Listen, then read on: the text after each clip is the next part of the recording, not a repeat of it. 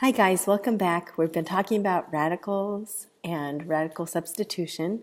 Last time we did substitution of trading hydrogen for halogen, for example. And we might want to know, is it just for chlorine? Could it also be for bromine, fluorine, iodine? How about the other halogens? And what are the energetic costs of this reaction, and what happens with stereochemistry as well? So that's in sections 10.4 to 10.6. And the main thing is, let's do a little bit of review. You know about the Gibbs-Helmholtz law, delta G equals delta H minus T delta S. And the reason why that's important is it gives you sort of an overall idea of whether a reaction is favorable or not. Is it likely to happen or not? And there are two considerations, which is enthalpy or bond energies, and delta S, which is entropy. So usually when you think of delta S or entropy, you're thinking about how much disorder. So if you think about substitution, you usually have, two molecules that are reacting and two molecules that are coming out. So in a sense, there's not really a strong change in entropy. So for that reason, we can often simplify this equation to delta G equals delta H, because this term is basically zero in many cases. So in that case, if we're just looking at enthalpy changes, let's look at the bond dissociation energies as we do these reactions with different halogens. So if we take fluorine, for example, let's take a look at the change in enthalpy. So we're going to consider the bonds that need to be broken and the bonds that need to be formed. And when we calculate delta H for a reaction like that, we usually use this equation. Delta H of the reactants of the bonds broken minus delta H of the products, bonds formed, gives us the delta H overall for the reaction. And that equation comes from the fact that when you break bonds, it takes energy, so those are positive, and when you form bonds, you get energy released, so that's why it's minus that value.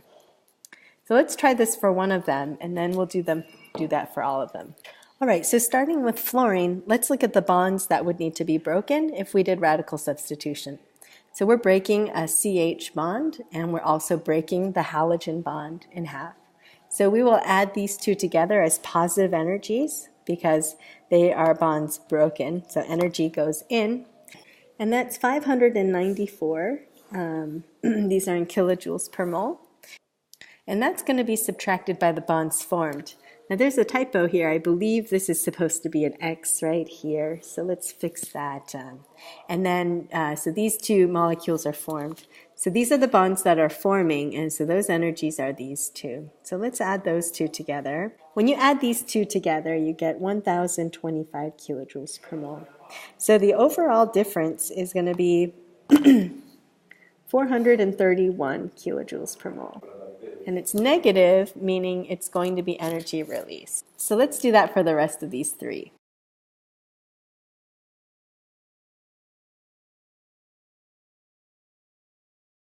All right, guys, so when I do that for all of these halogens, I get something that's really different, quite a range here.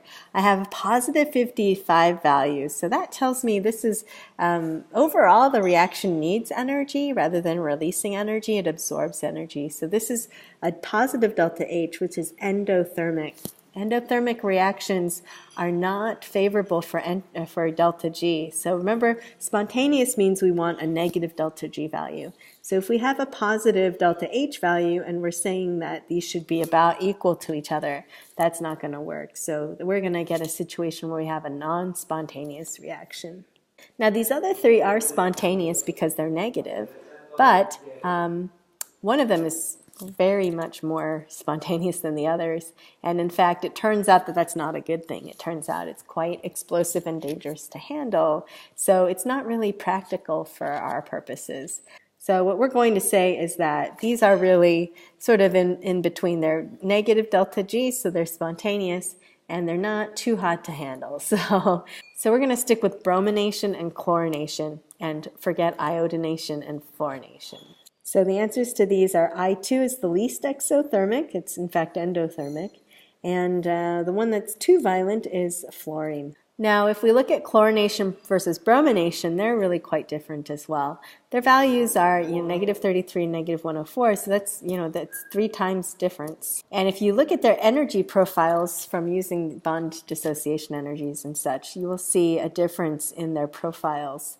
So here we see chlorination has a much smaller delta E, so activation energy. So it doesn't take as much energy to get chlorination going. And in the end, chlorination produces a much more exothermic reaction because your starting point and your ending point is quite different. So it's going to be, that's where the negative 100 comes from, right here. Now for bromination, it's much less exothermic. So from here to here, that's about negative 33.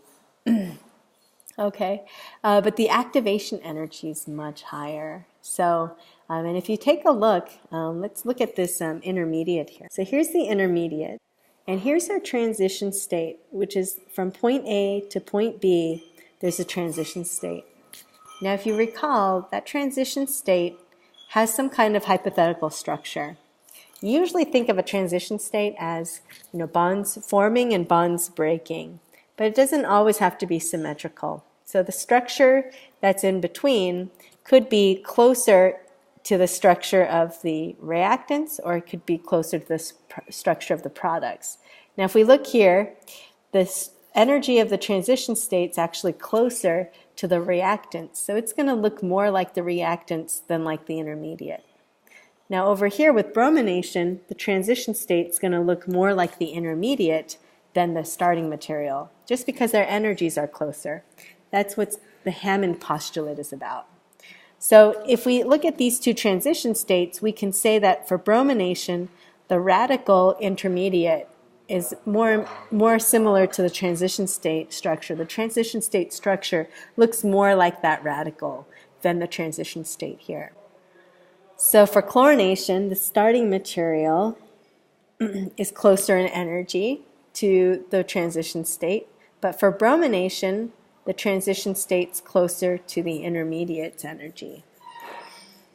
So for chlorination, if the energy for that transition state is closer to the starting material, then the structure is going to more closely resemble the starting material.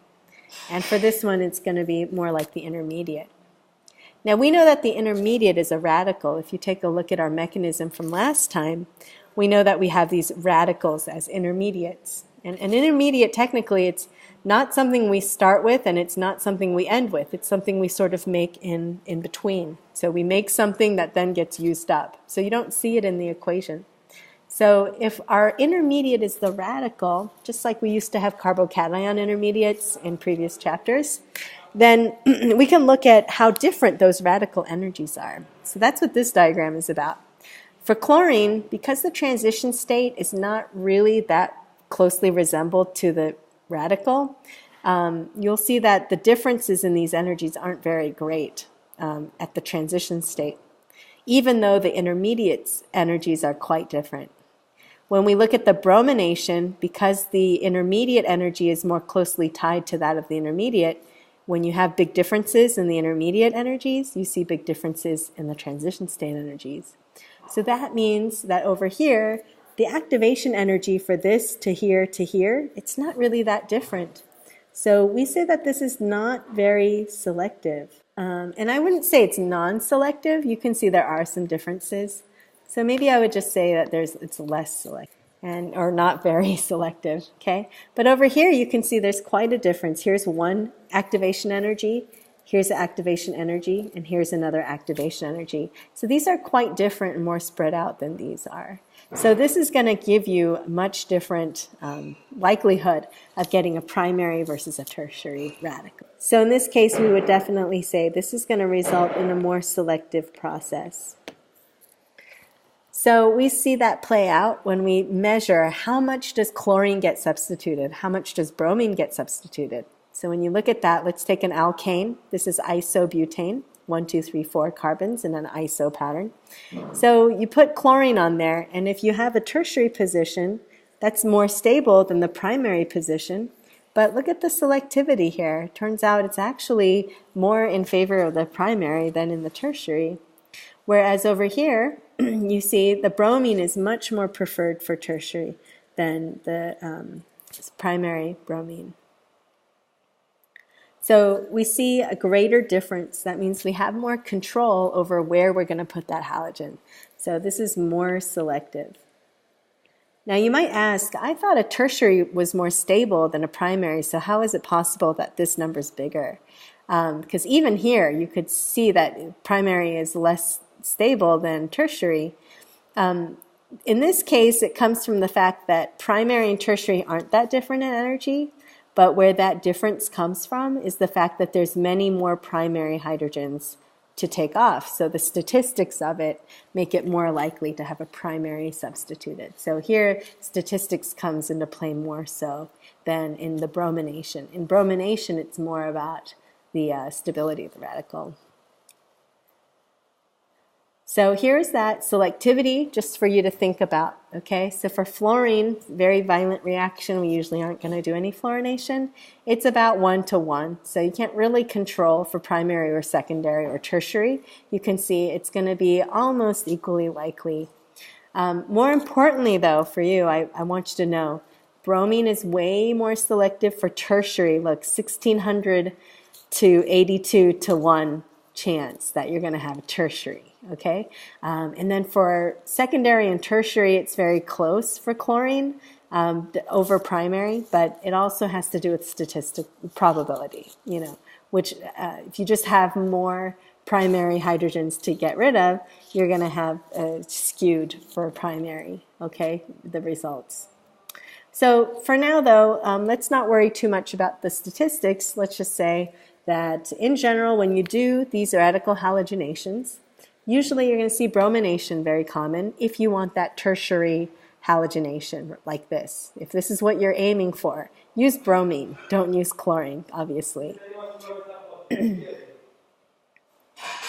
But if you really need chlorine, then you just got to go with chlorine. Try to choose something that doesn't have the probability skewing one way or the other, or have it skew in your favor if you can. But in any case, bromine is used far more than chlorine because it's more selective.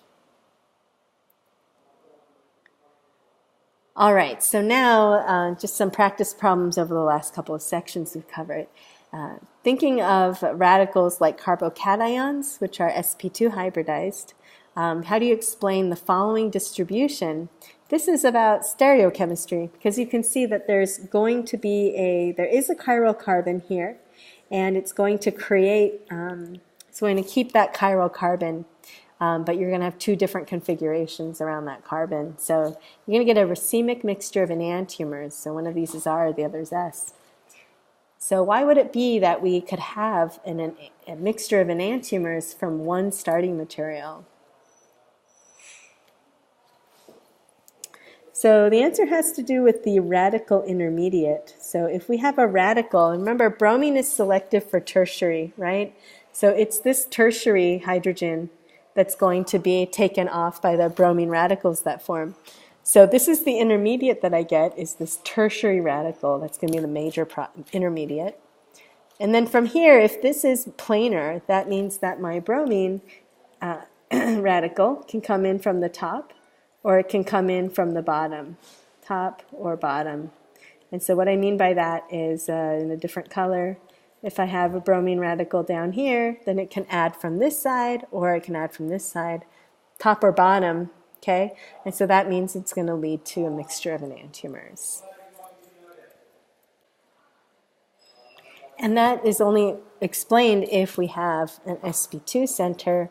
But I guess it could also be explained by that. Remember that if you thought about it as sort of a shallow sp3 center, like this one, you could also say that just by chance that the radical either forms on the top or forms on the bottom in a shallow pyramidal configuration, because it's not really fully pyramidal because it doesn't have the lone pair, but it does have a somewhat pyramidal shape.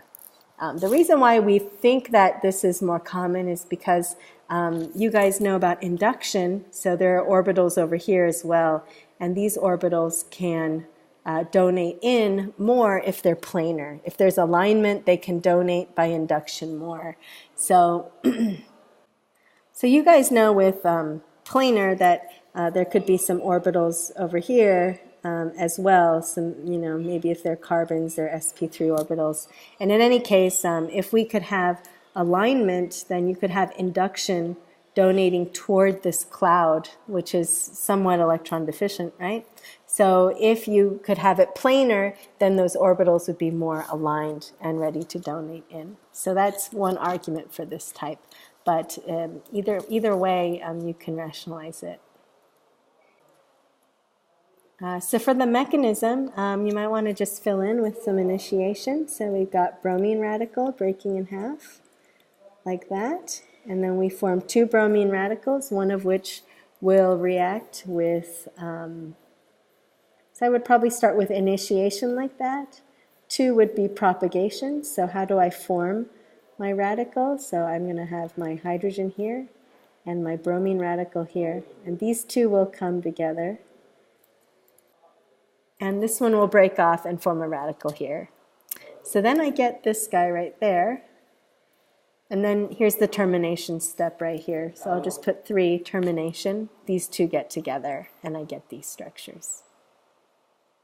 Could be neater, so maybe you guys can make that a little bit neater. What's the stereochemical outcome if we have radical bromination of these? So for each of these, I'd like you to go through and think about what radical would most likely form from this alkane. And then if you had a bromine radical, how would those two come together for termination? So what will you get? And then think about, is it going to be chiral? And if it's chiral, is it a mixture of enantiomers? Or maybe they're diastereomers? So think back to stereochemistry a little bit. So for this problem, I see the main thing is a tertiary center here. That's where my radical is going to be. So then I'm going to stick my bromine there. So this is achiral, no chiral center, so that's all you get. For part B, though, you do have a chiral center right here, and that is my tertiary center. So when that reacts, you're going to get the bromine either on top or on the bottom. So you're going to get a mixture of enantiomers. For part C, you see a chiral center here, and that's my tertiary as well. Because we're working with bromine, my major product is tertiary. So I'm going to show bromine either on the top or the bottom, so I'm going to get the enantiomers again. Now for part D, though, there are 2 chiral centers. This is chiral and this is chiral, but this one's quaternary. It's got 4 substituents on it already. So I'm going to shoot for my tertiary because the CH bond is weaker than a CC bond. So that's why bromine will react here instead. And that bromine can react on top or bottom. So that means it can be on the bottom or the top. But these are not enantiomers because both chiral centers are not inverted. Only one of the 2 are inverted. So these are what we call diastereomers. Diastereomers are stereoisomers, so they're related in connectivity and everything except for their spatial orientation of certain groups. So sort of think of cis and trans. The way that they differ from enantiomers is that they're not mirror images of each other. Enantiomers are stereoisomers that are mirror images that are non-superimposable. Diastereomers are stereoisomers that are not mirror images. So cis and trans is a good way to think about that.